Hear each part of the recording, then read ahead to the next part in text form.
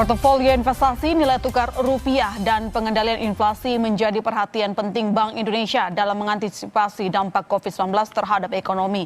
Kepercayaan investor yang berangsur-angsur meningkat membuat nilai tukar rupiah menjadi lebih stabil.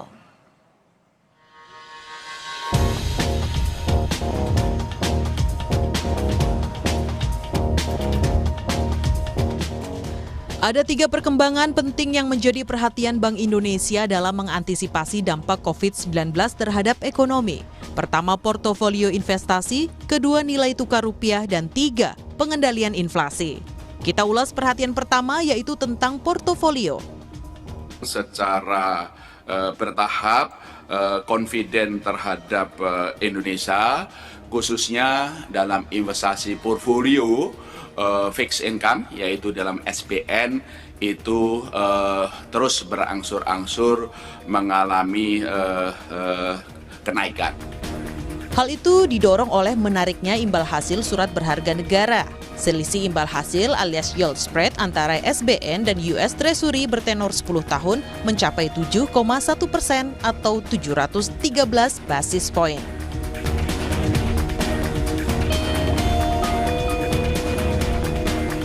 Kepercayaan investor terhadap Indonesia juga didorong membaiknya premi risiko yang tercermin dalam indeks volatilitas pasar keuangan. Indeks ini sempat mencapai puncak di 83,2 pada minggu kedua dan ketiga Maret, kemudian turun ke 43,8 di bulan April. Dari sinilah kepercayaan diri nilai tukar rupiah terhadap dolar Amerika Serikat berangsur-angsur prima. Upaya Bank Indonesia mengawal rupiah ke level 15 ribuan mulai membuahkan hasil. Ke depan, tentu saja dengan perbedaan suku bunga yang masih tinggi dan premi risiko itu yang berangsur-angsur turun, akhirnya tentu saja akan meningkatkan daya tarik investasi di aset keuangan Indonesia, khususnya di SBN. Dan itu juga mendasari perkiraan-perkiraan kami ke depan, itu tentu saja investasi portfolio khususnya obligasi ini akan meningkat dan itu mendukung stabilitas nilai tukar rupiah.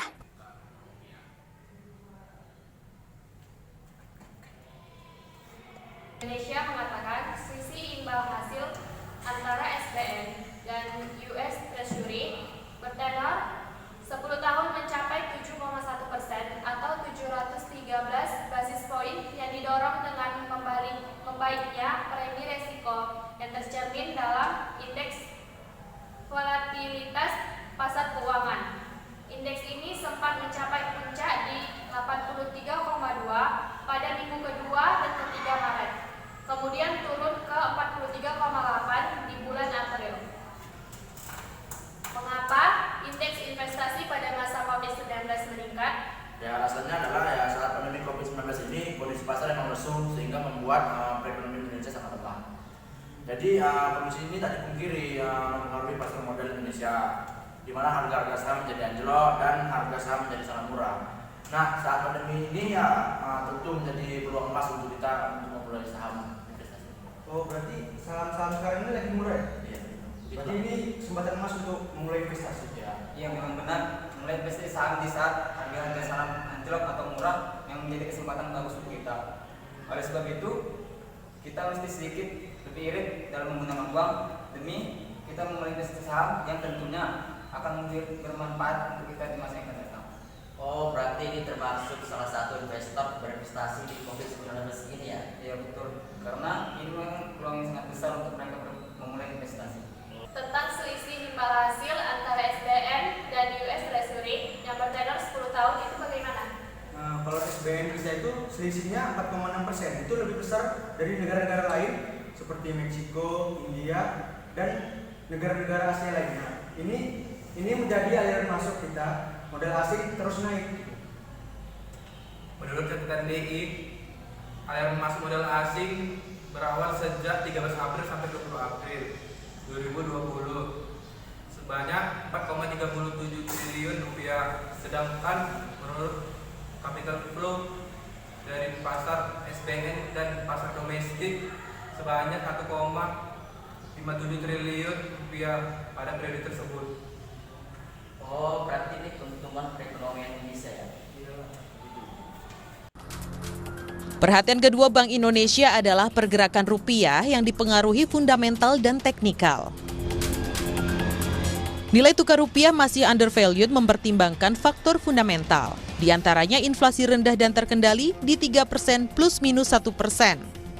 Defisit transaksi berjalan di triwulan pertama 2020 yang diperkirakan lebih rendah dari 1,5% dari PDB dan akan lebih rendah dari 2% dari PDB di tahun 2020. Kemudian faktor bauran kebijakan Bank Indonesia, pemerintah dan otoritas terkait termasuk stimulus fiskal dan moneter. Sedangkan secara teknikal rupiah dipengaruhi penurunan harga minyak dunia, perselisihan Rusia dan Arab Saudi, serta faktor geopolitik seperti isu Korea Utara serta pembukaan lockdown di Amerika Serikat. Di domestik, rupiah akan sangat bergantung pada langkah penanganan COVID-19 termasuk penerapan pembatasan sosial berskala besar alias PSBB. Bagaimana pendapat kalian tentang pergerakan rupiah yang dipengaruhi fundamental dan teknikal? Di video tadi, Bank Indonesia menyebut pergerakan nilai tukar rupiah disebabkan oleh dua faktor. Yang pertama faktor fundamental dan faktor teknikal. Iya, itu benar, karena faktor fundamental akan mempengaruhi pergerakan rupiah dan faktor teknikal akan mempengaruhi nilai tukar naik turunnya rupiah. Tapi pergerakan rupiah kita secara fundamental itu masih undervalued karena inflasi yang rendah dan defisit transaksi berjalan lebih rendah dari 1,5%, bahkan lebih rendah lagi dari 2% produk domestik bruto. Oh, ini artinya ukuran devisa akan lebih rendah dan mendukung penguatan nilai tukar ke arah fundamental. Pergerakan nilai rupiah ke arah penguatan dipengaruhi oleh pasar, mulai confidence masuk melalui portofolio khususnya surat berharga negara atau SBN. Sedangkan secara teknikal, perkembangan berita di dalam dan luar negeri dapat mempengaruhi pergerakan rupiah sehingga memberikan tekanan pada nilai tukar. Contohnya, berita positif yang memberikan sentimen pada nilai tukar adalah tingginya minat investor dari dalam maupun luar negeri dalam lelang surat berharga atau SBN. Kemarin terdapat penawaran sebesar 44,4 triliun atau 2 kali lipat dari target. Serta menguatnya pasar future saham di Amerika Serikat dan Eropa. Itu faktor teknikal seperti harga minyak dunia yang jatuh, perselisihan antara Saudi dan Rusia yang belum tuntas hingga geopolitik semenanjung Korea turut juga mempengaruhi kepercayaan pasar. Tiga Bank Indonesia adalah inflasi. Inflasi bulan April diperkirakan sekitar 0,18% month to month atau 2,78% year on year. Inflasi selama Ramadan dan Idul Fitri tahun ini diperkirakan lebih rendah dari historisnya. Hal itu dipengaruhi oleh datangnya masa panen di bulan April dan Mei, permintaan yang rendah akibat pandemi COVID-19, terkendalinya ekspektasi inflasi dan langkah kebijakan pengendalian inflasi. Tapi secara keseluruhan, laporan yang kami terima dari 46 kantor-kantor Bank Indonesia, inflasi rendah dan terkendali. Perkiraan kami, inflasi bulan April dan juga bulan Mei, Ramadan tahun ini inflasinya akan lebih rendah dari historisnya. Yang juga menjadi perhatian akhir-akhir ini adalah lembaga pemeringkat Standard & Poor's merevisi outlook menjadi negatif. Ini berarti dalam beberapa waktu Indonesia menghadapi risiko eksternal dan fiskal akibat naiknya kewajiban utang luar negeri dan beban utang pemerintah untuk mendanai penanggulangan COVID-19. Posisi utang luar negeri Indonesia pada Februari mencapai 407,5 miliar dolar Amerika Serikat. Utang luar negeri publik di dalamnya pemerintah dan bank sentral 203,3 miliar dolar Amerika Serikat dan utang luar negeri swasta 204,2 miliar dolar Amerika Serikat. Bank Indonesia meyakini utang luar negeri Indonesia aman, terkendali, dan produktif. Sementara itu, pemerintah dapat menerbitkan SBN untuk pemulihan ekonomi maupun pembiayaan defisit fiskal akibat penanganan pandemi COVID-19 yang akan menaikkan jumlah SBN yang diterbitkan.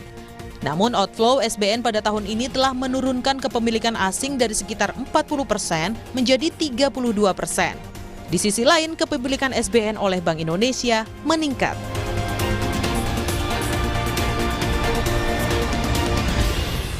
Masa COVID ini menurunnya permintaan dari masyarakat atas barang dan jasa mengakibatkan inflasi rendah. Namun jika COVID-19 ini terus berlanjut dan inflasi terus-menerus mencapai titik rendah, apakah itu menjadi kabar bagus? Menurutku itu tidak karena rendahnya angka inflasi, bukan merupakan berita bagus. Karena rendahnya inflasi disebabkan karena merosotnya daya beli masyarakat. Jadi jika COVID-19 terus berlanjut dan angka inflasi terus-menerus turun, maka itu bukan berita bagus. Karena inflasi yang rendah bisa mendatangkan deflasi. Deflasi merupakan kondisi di mana harga-harga mengalami penurunan. Penurunan harga membuat biaya produksi tidak terpengaruhi. Selain mencerminkan terkendalinya harga barang dan jasa, rendahnya inflasi itu akan mendorong penurunan suku bunga. Suku bunga yang rendah akan memberikan dampak berlanjut atau multiplier effect, terutama meningkatnya kapasitas kredit dan pembiayaan yang digelontorkan oleh perbankan dan lembaga keuangan lainnya. Maka dari itu perlu adanya kebijakan yang dibuat untuk mengendalikan inflasi agar berada pada titik seimbang. Menjaga keseimbangan supply demand sangat penting agar bisa perekonomian kita mulai pulih dan daya beli masyarakat telah kembali normal, tidak terjadi tekanan signifikan terhadap perekonomian. Bagaimana cara pengendalian inflasi tersebut? Adapun beberapa upaya yang dilakukan terkait upaya pengendalian inflasi, antara lain: pertama, kebijakan pengendalian inflasi tidak hanya fokus pada upaya-upaya pengendalian harga, namun juga diharapkan pada upaya untuk memastikan terjaganya daya beli masyarakat melalui penguatan perlindungan sosial dan dukungan terhadap UMKM. Kedua, pemerintah daerah diharapkan memperkuat kebijakan pemerintah pusat dengan mempercepat realisasi APBD, terutama belanja bantuan sosial dan belanja modal yang mendukung pemulihan ekonomi termasuk sektor UMKM. Ketiga, penguatan sinergi antara pemerintah pusat dan daerah dilakukan dengan mengarahkan belanja pada produk-produk dalam negeri, baik produk pertanian maupun UMKM. Keempat, ketersediaan data informasi pangan yang akurat diperlukan untuk mendukung rumusan kebijakan tingkat pusat dan daerah, mengatasi permasalahan keterbatasan pasokan pangan, mendorong perdagangan, serta memperkuat kerjasama antar daerah. Kelima, pemerintah daerah diharapkan dapat membangun optimisme pemulihan ekonomi dengan terus memberikan informasi kepada masyarakat mengenai langkah-langkah kebijakan dan penanganan pandemi COVID-19 di pusat maupun daerah. Jadi dari video yang dibahas serta hasil diskusi kami mendapat beberapa poin penting, yaitu yang pertama, faktor utama yang mengakibatkan investasi naik adalah imbal hasil surat berharga negara. Yang kedua, selisih imbal hasil surat berharga negara tahun mencapai 7,1% atau 713 basis poin, yang mana lebih besar dari negara-negara lain seperti Amerika. Yang ketiga, saat pandemi COVID-19 semua harga saham menjadi anjlok atau murah. Pada saat itulah waktu yang pas untuk memulai investasi saham. Yang keempat, faktor fundamental akan mempengaruhi arah dari pergerakan, faktor teknikal akan mempengaruhi naik turunnya pergerakan rupiah. Yang kelima, berita positif maupun negatif di dalam ataupun di luar negeri dapat mempengaruhi pergerakan rupiah sehingga memberi tekanan pada nilai tukar. Yang keenam, inflasi selama Ramadan